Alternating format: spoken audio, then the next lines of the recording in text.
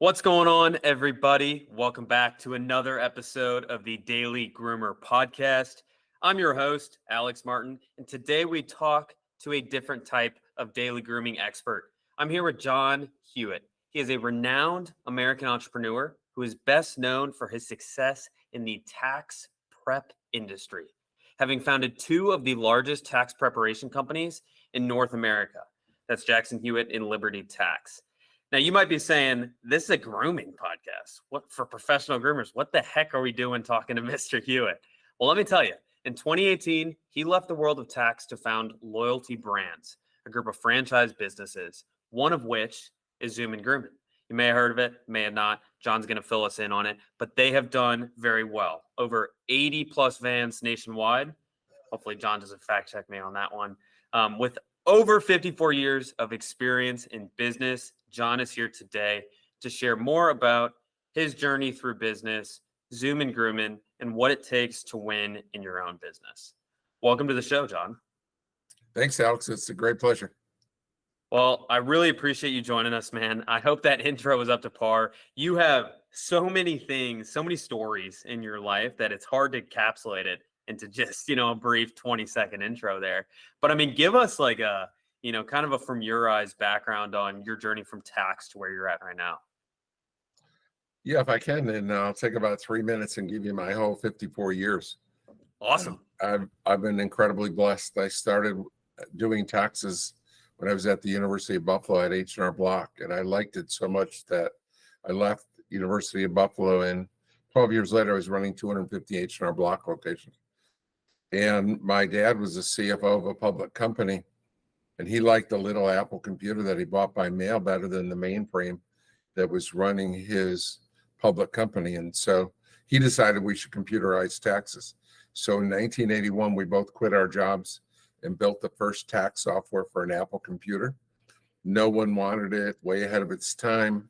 You're not old enough to remember a world without computers, but there weren't even 100,000 desktops in the country. And got lucky and found a company in Virginia Beach called Mel Jackson Tax Service. The biggest good fortune was the weather here in Virginia Beach is a lot nicer than in Buffalo. And in August of 1982, I moved my family down here, and I've been here ever since. And so we merged the two companies, changed the name to Jackson Hewitt, sold it for, went public, sold it for $483 million. I had and today Jackson Hewitt is the 23rd largest retail franchise chain in the country with 6,000 locations. And I had a 3-year non-compete, but it didn't cover Canada. And having grown up in Buffalo, I had done Canadian tax returns, and I knew how to do. H&R Block was very successful in Canada, so we copied. We went to Canada and. We started Liberty Tax. Within 3 years, we were a top 100 retail chain. So now I built one of the top 100 retail chains in US and in Canada. Came back to the United States in 2000. Now I had to compete against my own name and my own software and my own system at Jackson Hewitt. And yet, not only did we grow faster than Jackson Hewitt, we grew faster than them and H&R Block combined. And we grew to 4,000 locations in 12 years, top 10 fastest growing franchise ever. Public company, again, worth $500 million. So I built two $500 million companies in my career, public companies. One went on to become $1 billion company. So I'm one out of only 1,000 people in the United States that have ever founded a $1 billion company, and the only person that's founded two of the top 100 retail chains in the country. So sold out again, and as you mentioned, started Loyalty Brands. And Loyalty Brands is a combination of 8 different franchisors, and our fastest growing chain is Zoomin Groom. And so I've never groomed a dog, but I'll tell you what I can what I can help the listeners that if you're a groomer, you need help in tax advice, in growing businesses. I've helped 5,200 franchisees start building businesses in addition to the ones that I built myself. And about 100 of them now are in grooming. So I teach people to build businesses. I help people with their bookkeeping and their tax. And that's where I can provide a big assistance, I think, because in all the tax returns I've done, there are people skilled at different, they're skilled at being a roofer, or being a dog groomer, or being a pizza shop owner, but very, very few are skilled at bookkeeping and tax. So that's where I can come in and growing a business. When you go from 0 to $500 million companies, that's we have so much experience. Ready to answer any questions? No, I mean, like I said, I appreciate you coming today. I remember growing up, you mentioned I grew up without computers. That I did, not to age myself, but I also remember growing up seeing Jackson Hewitt tax branches. I grew up in Missouri.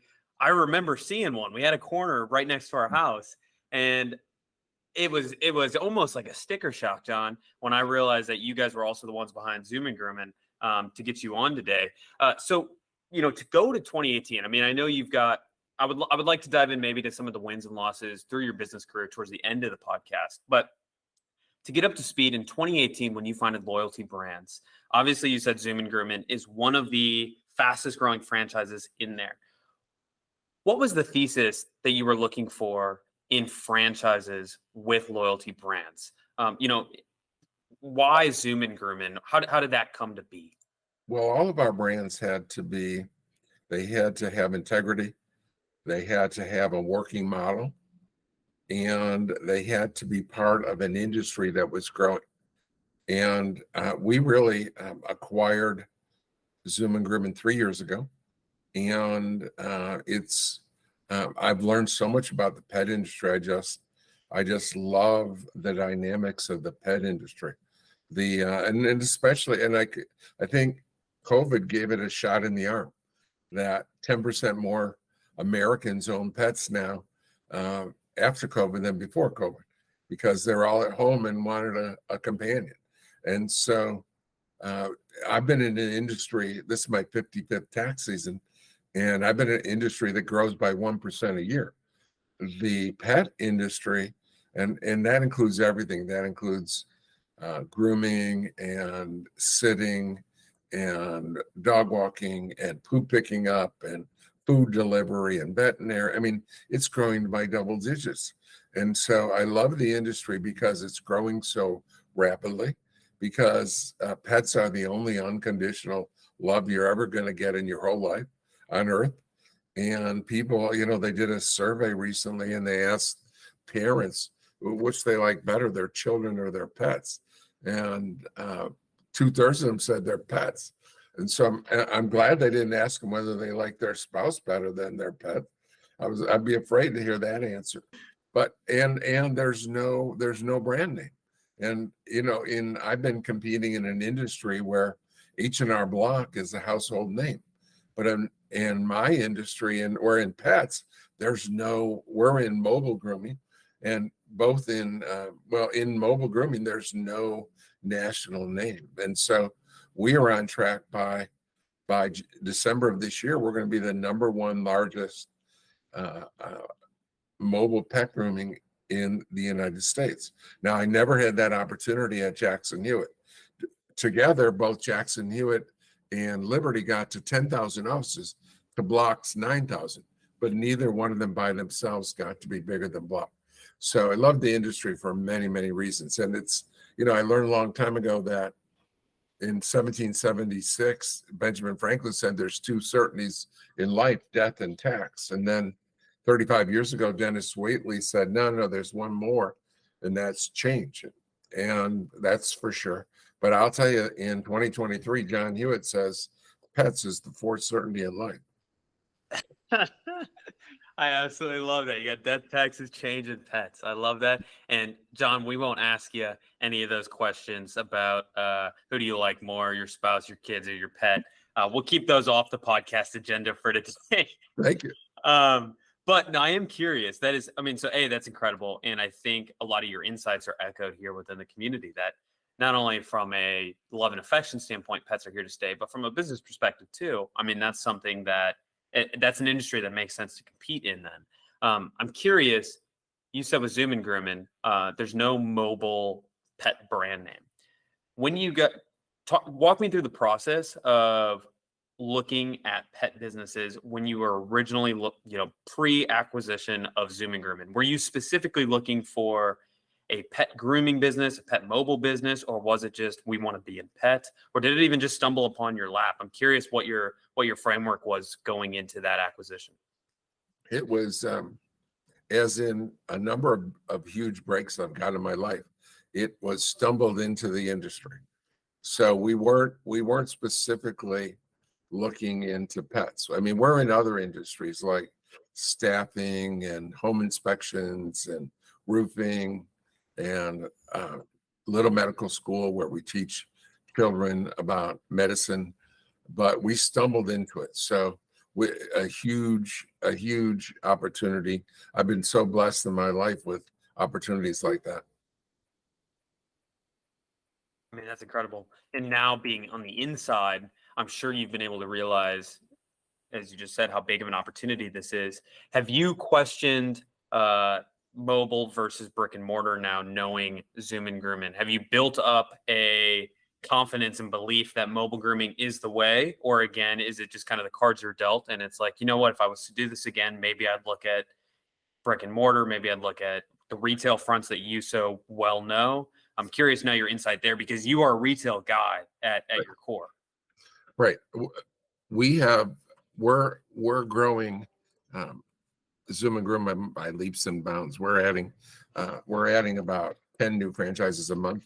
And when I peaked at Jackson, Hewitt, and Liberty, we were growing by 20 a month. So in probably 6 or 9 months, we'll be up to growing by 20 franchisees a month. But I'm so happy with the industry and so excited. We're looking at everything else in the industry to merge or test for our mobile grooming. I love grooming because it's the only industry I've been involved with that from the day you open, you're cash flow positive. You know, we opened our first van in August of 21, and the first day she was booked 3 weeks in advance. So with less than $500 of advertising. And so we teach people to advertise, we give them a program, and they hit the ground running. But we are going to test in the near future in 2024. We'll test dog walking, pet sitting, doggy daycare in a storefront. We'll test storefront grooming. We made an offer to buy a guy, Paul Allen, who had founded Wolfgang Bakery and Grooming, and he had about 140 storefronts. He went and sold it to someone else, but you're right on. I like the industry so much that we're going to test all of those to see if there's an opportunity to merge the two brands. And I met a guy. I can't say where he's from because I don't want anyone to poach him. Love the guy. He had five storefronts that he founded one and acquired 4, and he also had 7 vans, and he sold his 7 vans for $1.8 million, and he's focused on storefronts. So he, in interviewing him and a couple times, he said that the customers are almost totally different. The person that brings their pet into a storefront isn't the person that's going to have you come to their home and groom the dog, and vice versa. So that's exciting. That if a third of the customers want mobile, and a third or 2/3 want storefronts, or a third want storefronts and 2/3 want mobile, I want to grab more of the industry. I love the industry and it's a feel-good industry. People love their pets so much, and they're so grateful for, as you have groomers that are listening, so they know better than I do what a feel-good industry this is. 100%. One key question I have while you were talking about that there is obviously it sounds like you guys are using your position now in the industry as almost like a hub and spoke, right? Having these mobile vans be the hub, and then you'll test almost the pet sitting, pet walking, brick and mortar. But all the customers may or may not be different. But right now, you know that you have something that works, that's cash flowing, that you guys are starting at a rate of 10 franchises per month. I'm curious from your retail experience in opening up retail franchises all over North America, what are the key differences between running a mobile business, as you guys have, you've been able to see from the top now what that looks like, what the different logistics and operations look like, and the pains and the pros from that, versus running a retail front? What are kind of can you put them next to each other for us in the audience here to understand what are kind of the key pains and pros as a business owner of both? Wow, they're more extensive than you might even think, right? That when you acquire a storefront, especially we're looking at when we've looked at partnering with a number of companies that have doggy daycare and storefront grooming or bakeries or food retail sales to pets. There's just so much overhead in doing that, and that you spend hundreds of thousands on build up, and you have to wait. And typically, you have to wait 9 to 18 months to lease a location, build it out, and then you're stuck. If there's a change in the demographics in the area around you, or there's a change in traffic patterns, the Kentucky Fried Chicken, the founder of Kentucky Fried Chicken, he was 65 years old, and he had a great chicken franchise, and they built a highway around the chicken franchise. So instead of everyone driving through past his location, they went around his city. So he was out of business. So at 65, Colonel Sanders started peddling his chicken recipe, and then someone got him to franchise. But he did that because of change in traffic pattern. I mean, you can lose everything based on something. They tear up the road in front of your building for 6 months, and I mean, there's just so many things that can happen. But you don't face that with mobile. You're so much more flexible and so much more, and it's a stress relief. It provides stress relief for the owner that you don't have to put the dog in a car and go there. But there's a lot of hassles with real estate, especially if you're not the owner, and it's a lot more expensive if you buy the building. So it's a lot less expensive, and you can get up and running very, very quickly. In the companies I've talked to that deal in storefronts, they have to wait 9 to 18 months after they decide to open before they can open. Our franchisees can open in 30 days. Yeah, I mean, that makes a lot of sense. It's quicker lift when you're starting a mobile business. It's lower cost. It's more flexible. I mean, you're right. One area, let's say, has some crazy construction or whatever. You can always drive somewhere else to get more business if you need to. Now, I'm curious, as you guys, you said you acquired Zoomin Groom. I'm curious if you've had any say or input in how these vans are laid out so that you guys can scale at a rate of 10 per month. Because I would imagine, 10 per month, it doesn't seem that crazy at first, but the more you think about it, I mean, you are getting 10 vans from zero to out in operation at a rate of 10 per month, which is not only, getting the van all uplifted, but getting the person trained and finding that person. I would love to talk about how you guys are doing that at scale. But before we even get there, talk to me on the material side with the vans. Is there kind of like a common build out that you guys have settled on with these vans? What's the importance of the marketing? I mean, they're beautifully wrapped. Talk to me about how you think about that. Yeah, the vans have to be upfitted. So we had a number of problems. When we started in 2021, we were in the middle of a chip shortage, and we couldn't get it. So we had a very difficult time just buying the vans. And then we were starting out at bringing in one per month. And after 6 months, now we're bringing in 2. And after another 6 months, now we're bringing in 4. And so we could handle that. It was difficult. We had to have people, because of the chip shortage and vehicle shortage in this country, we had to have people call all over the dealers all over the country looking for the specific type of vehicle. We only have 3 or 4 different vehicles that are tall enough for our groomer to stand in and groom the dog, because they're doing it inside the vehicle. And so initially it was tough just to get vans. Well, now that's finally ended. And this year we ordered 100. 6 months ago, we ordered 100 for this year. And those are in the process of being sent in. So we don't have that issue. But now we have the issue where we had one upfitter, and he was only capable of doing about 3 or 4 a month, but he's expanding, and now we're looking for more upfitters. So yes, we're the upfitting problem is we need to solve those problems. Those are nice problems to have. You'd much rather have a problem of needing more capacity than having too much capacity.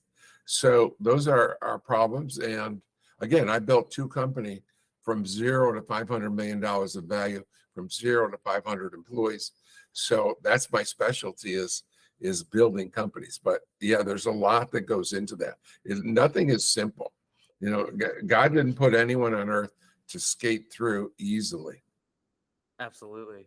Absolutely. And it's remarkable to think about, what that van outfitter must be thinking as you guys are calling him saying, hey, we need another 100 for this year, get them all ready to go.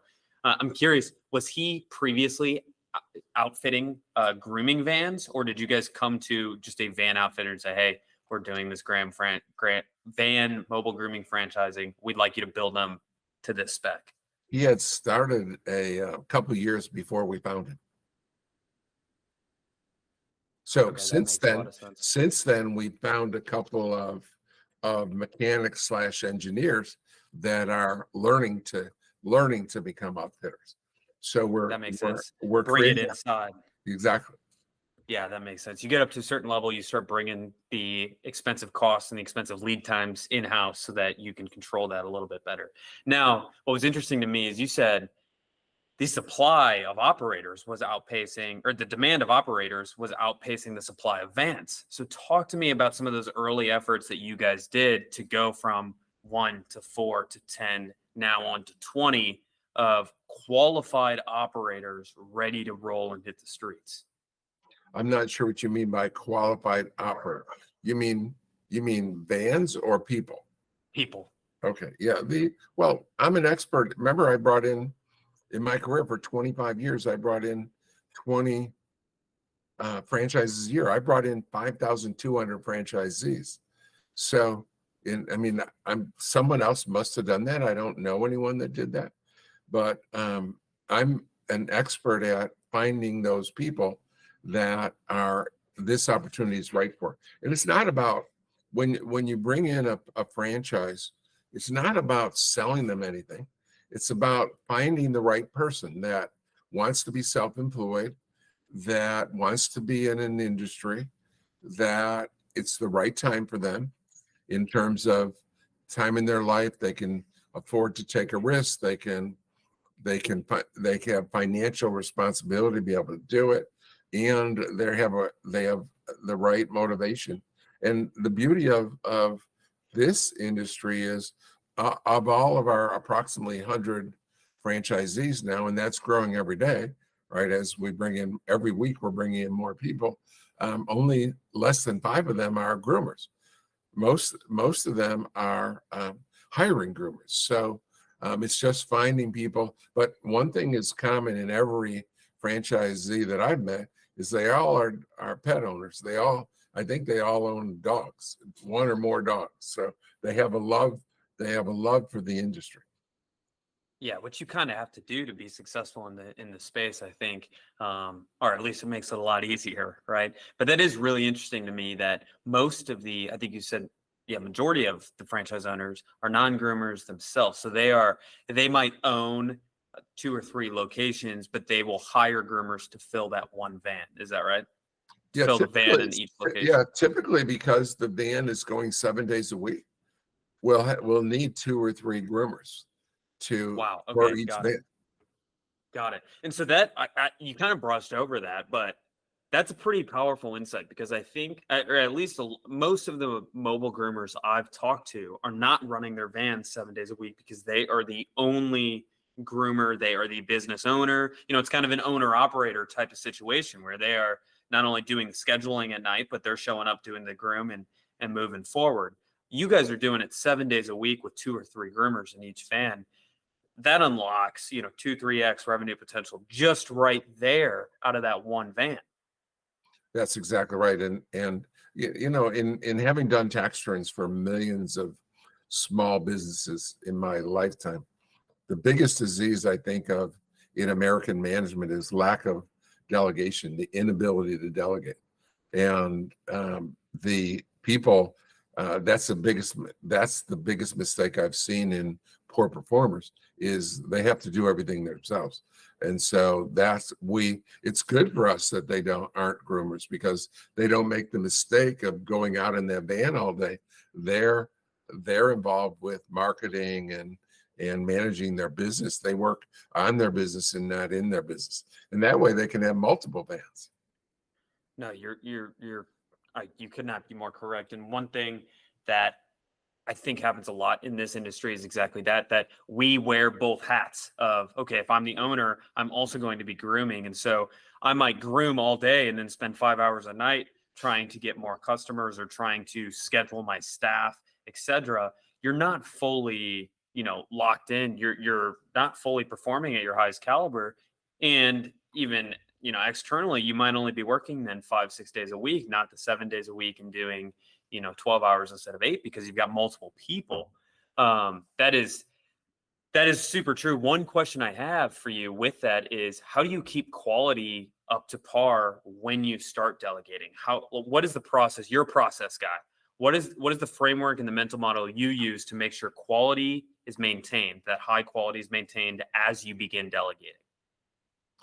Well, first of all, in being a student of business for 55 years, I've had tons of experience. And what I've learned and what I preach is the number one most important. I mean, there's several elements of delegation, right?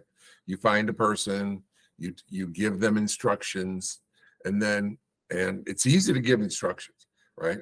Anyone can give instructions, but what happens is as human beings, we don't always give good instructions.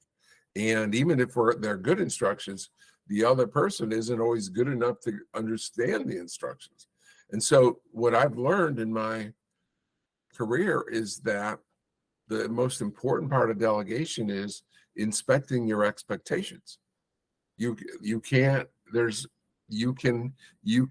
expect there's going to be miscommunication. It's going to happen. If you've ever seen the telephone game where you go around and tell a story, I mean, what's going to happen. So what you have to do is inspect your expectation. One thing that our company does that is world-class and a differentiator is we call our customers and ask them how we did. Because it doesn't matter how the groomer thinks he did. It doesn't matter how I think the groomer did. It only matters how the pet owner, the customer, feels he did. And so in other companies, they tend to follow up in emails or postcards, or they give you a card to fill out or ask you to post a Google review. None of that is acceptable to us. We call our customers and ask for a reference as to ask how we did. And so we get a lot more accurate feedback. Now, we don't have the groomer call because they might have a grudge against the groomer, right? Sure, and the sure. groomer might lie. So a very personable person, calls the customer and asks them how we did. And customers like being asked. In your life, how many businesses have called you in the last 12 months on the phone and asked how they did for you? Yeah, none. None. I mean, Right. that would have my loyalty locked up forever. Right. It's not just industry quality. It's totally all experience quality. So I'm happy no one's copying it. Well, we'll maybe bleep that part out. I'm just kidding. That's a great idea. Talk to me about that.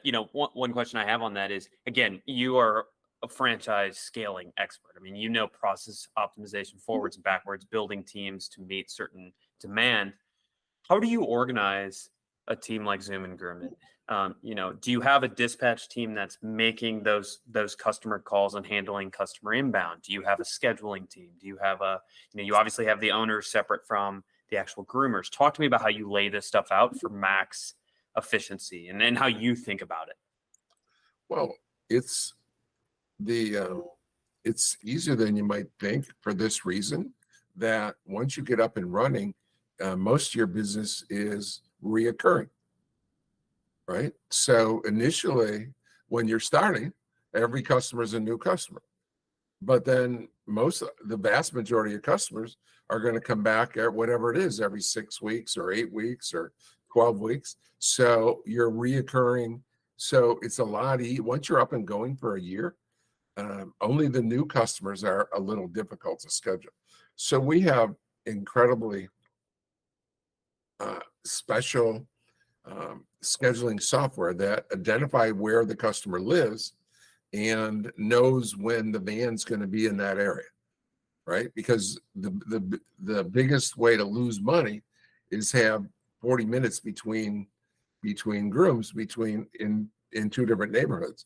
So essentially, if you pretend there are only 4 grids in an area, there could be 6 or 8, but pretend there's 4. On this day, we're going to be in grid 1. On this day, we're going to be in grid 2, and grid 3, and grid 4. So we have software that does that. And of course, we teach our franchisees to do that. We even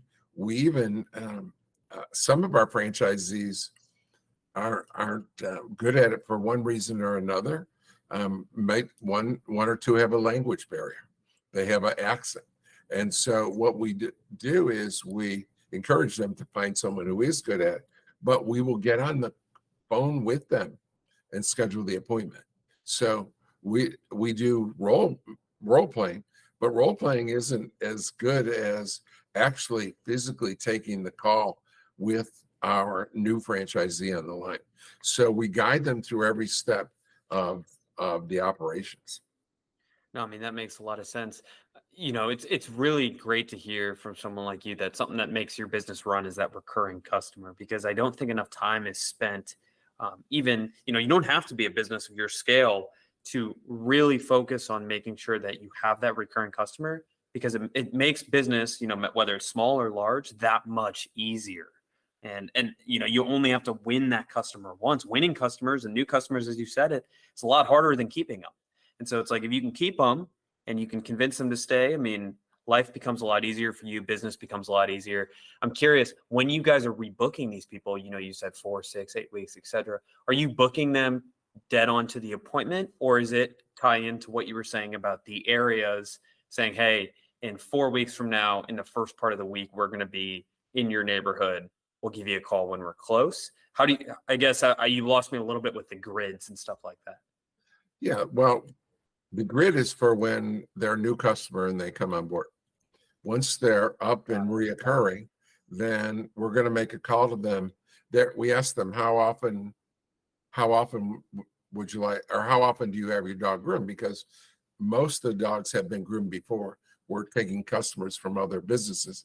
And so we say, and then we call them in advance and schedule. Like, we don't typically take an appointment at the time of the grooming, because groomers aren't good at that.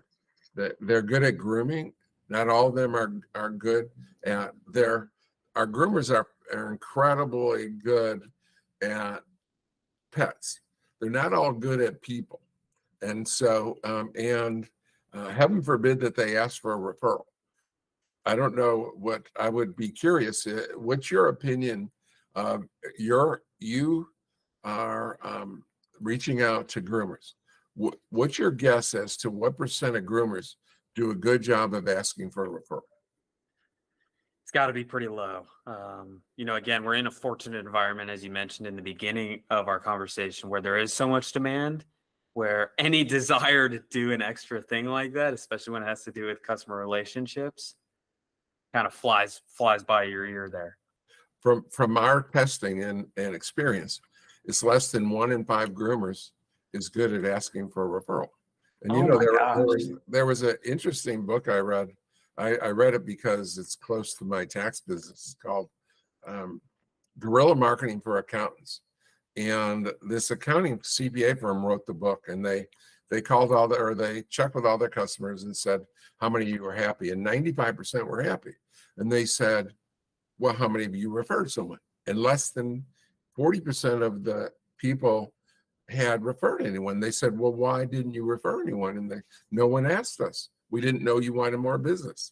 And so it's you talk about referrals being inexpensive and so easy to manage. What about referrals? How inexpensive and cheap is that? Do you know anyone else that might be interested? And how many dog owners know another dog owner that might like a great grooming company? So John, walk me through let's do kind of a role playing scenario with that. Sure. Would you recommend that this happens when someone is signing out their pet, picking up their pet, and you look at them and say, hey, do you know any other pet owners? Is it through an email, a call? How would you recommend someone actually implement this? If that was going to happen, if that was a good possibility, I would. But we solved that. We saw that, Alex, by when we make that call and we ask the customer, were you happy? That very personable person asks for the referral. So we're ensured that everyone gets asked well for a referral. Even if I trained all my groomers, that's just not in their skill set. Mm-hmm. They're just not. I'm shy myself. I'm probably wouldn't be good asking for a referral myself. Most people are operators and doers and not good at marketing. They're and the person that calls is a very personable, outgoing person that loves to chat up people and well-liked, and they ask for that referral. And so we get more referrals, we get more retention because we call our customers. Calling your customers seems to be the key to everything. Even, I'm not sure how much you guys are fluctuating price, but even I've heard salon owners use those customer calls as a way to judge, hey, if we raise prices in the new year, we're thinking about going to X, Y, and Z. What do you guys think about that? You've got a direct line to your customers, and enough people do not use that. Yeah, I don't. We tend not to let a customer think about that or ask them those questions. But here's a question that I'll give you. If what percentage of your customers have to complain about your price for it to be a fair price? Do you agree? Do you agree first, Alex, that if everyone loved your price, doesn't it make sense that your price is too low? That's right. Yeah, that's exactly what I was thinking. So that's my philosophy, is that some people have to complain about the price. Some people have to not come into you because the price is too high or it's too low. I love that. And so what percent in your mind, think about it, this is probably the first time you thought about it, what percentage of people have to say, no, it's too high, I'm not coming back again, in order for you to understand that, yeah, my price is fair? 30%. 30? I don't know what the number is. I would have said 10. Okay.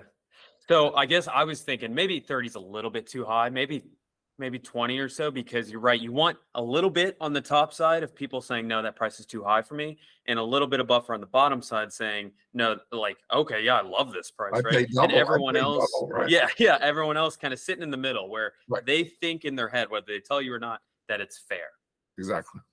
Wow, that's a good insight, and that's a good pricing practice as we think through, is everyone happy with these prices? If that's the case, I should probably raise them a little bit.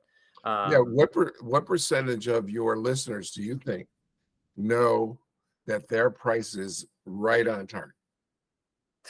So little. We talk about this on the podcast a lot, that people are not charging enough in the industry, especially from the independent pet store owner perspective.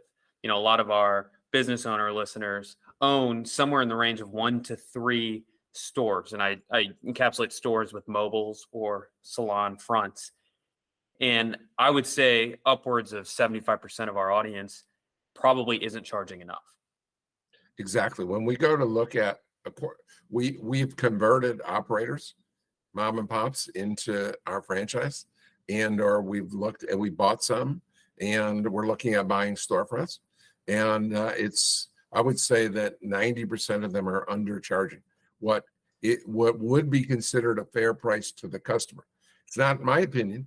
Doesn't matter, right? Doesn't matter if I think the price is fair. It only matters if the customer thinks it's fair. And 90% of them are undercharging what they should be charging. Why do you think that is? A lack of fear of people complaining about price, a lack of confidence, a lack of, people don't understand that they're in an environment where they're in an industry where they're competitive. And most people that I would guess your listeners, if I said to them, who offers the best service in your market? They would say me. Well, I would say, who offers the highest price in your market? And they would say, someone else.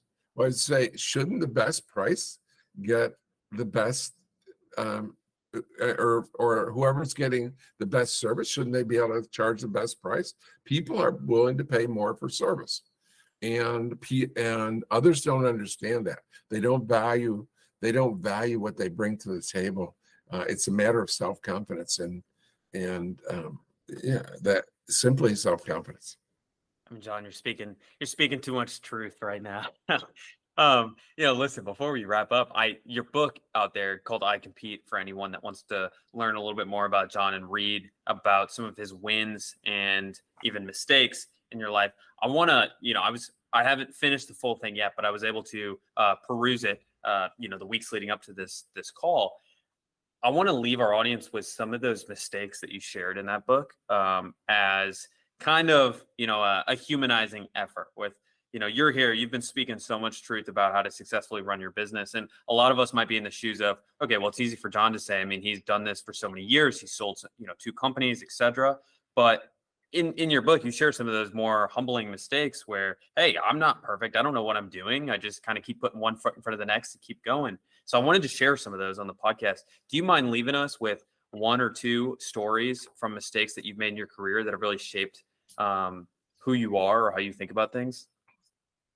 Yeah, my biggest mistakes are mostly so I'm going to have to go to some of my lesser mistakes, because my biggest mistakes are in building huge companies, and going from hundreds of locations to thousands.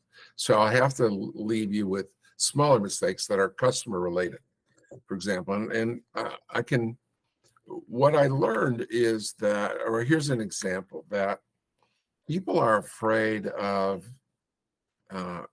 their customers, and they treat 98% of customers poorly because 2% are going to take advantage of them.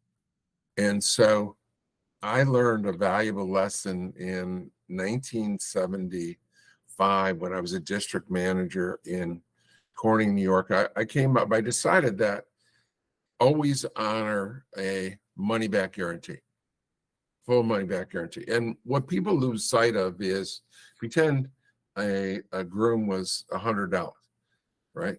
And you think you're going to lose $100. Well, how many times is that person going to come back to you? I mean, they could come back for 10 years, 5 times a year. They come back for $5,000.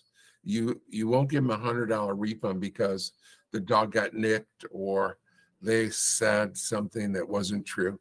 So I learned this valuable lesson, and I have hundreds of examples like this. So this was my first memory that H&R Block, the average fee back in 1975 or 6 was about $12. And these 2 sisters came in, they were elderly, 55, 60 years old, and they had the same tax return, except one had a little interest from a bank and the other just had a W-2.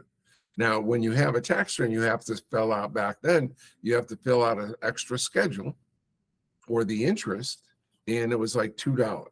So $2.50. So one of the sisters was $15 and the other was $17.50. So they had two different tax preparers. So the sister that paid $17.50 called up and said, we had exactly the same stuff, and I was charged $17.50, and my sister's only charged $15. So the manager tried to explain to her, well, see that extra, that Schedule B, and she said it's like 10 letters you had to put on this. I mean, it's little teeny, and you're charging me $2.50 for this. And so I told so it finally came to me as the manager of 20 offices, and I said, give her money back. And the office manager was crazed. He says, no, the other sister is going to come in and complain and want her money back. And not only did the other sister not come in and complain, but they came back for decades, those two sisters. And we never had that problem again. She understood it was going to be $2 or $3 more. But I've learned that if you give someone that people will take advantage of you, and you build that into your price. Let's pretend that today that you are going to do 1,000 tax returns at $300 a piece. You know positively, 20 people are going to take advantage of you, right? That's 300,000 of revenue. You know that 20 people they're going to demand their money back. They're going to be rude. And so you just build that into your price. And it doesn't, when you do a tax return, it doesn't cost you $300. It costs you about $50. So if it costs you $50 to do these 20 returns, it costs $1,000, and you're doing 1,000 customers. So if you raise everyone's fee by $1 from 300 to 301,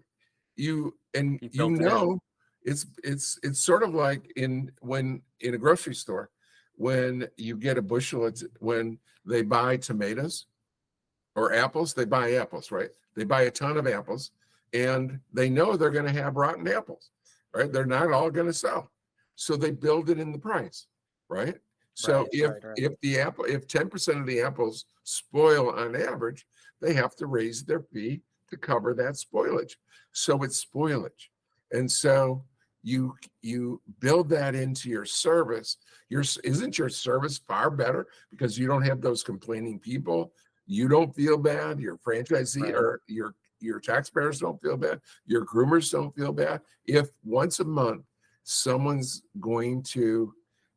let's say you do 5 grooms a day, even if it's only 5 days a week, 4 weeks, that's 100 grooms. Let's say one person's going to complain, and you're going to have to give your money back. You raise your fee $1 to all the other, or if 2 people are going to complain, you raise your fee $2, and then God bless, take your money. And you know what? I don't want a customer like you anyway. No, absolutely. I mean, 2 takeaways from that. A, raise your prices just a little bit, even across the board, to cover some of these folks that are going to take advantage of you, because not everyone out there is a great person, and some people are looking for shortcuts, etc. That's just a universal truth. We'll call that our universal truth 5. But also, customer guarantees, like giving someone that level of customer service will win them for a lifetime. And so it's a short-sighted mistake to not give someone their money back if they're not happy, because you're going to lose that customer forever then. And they're going to tell how many customers. You're right. And you're going to lose them. You're going to lose any referral you would have got for them. If you gave someone's money back, wouldn't someone go tell someone that, boy, this company's so great, they even gave me my money back? So you're going to get more referrals. And if you didn't give the money back, they're going to go tell their friends, whatever you do, don't go to them. Don't go to that company. Absolutely. I mean, and as you talked about before, I mean, that referral is worth so much more than that one price of a groom, that one service cost. It's worth so much more than that.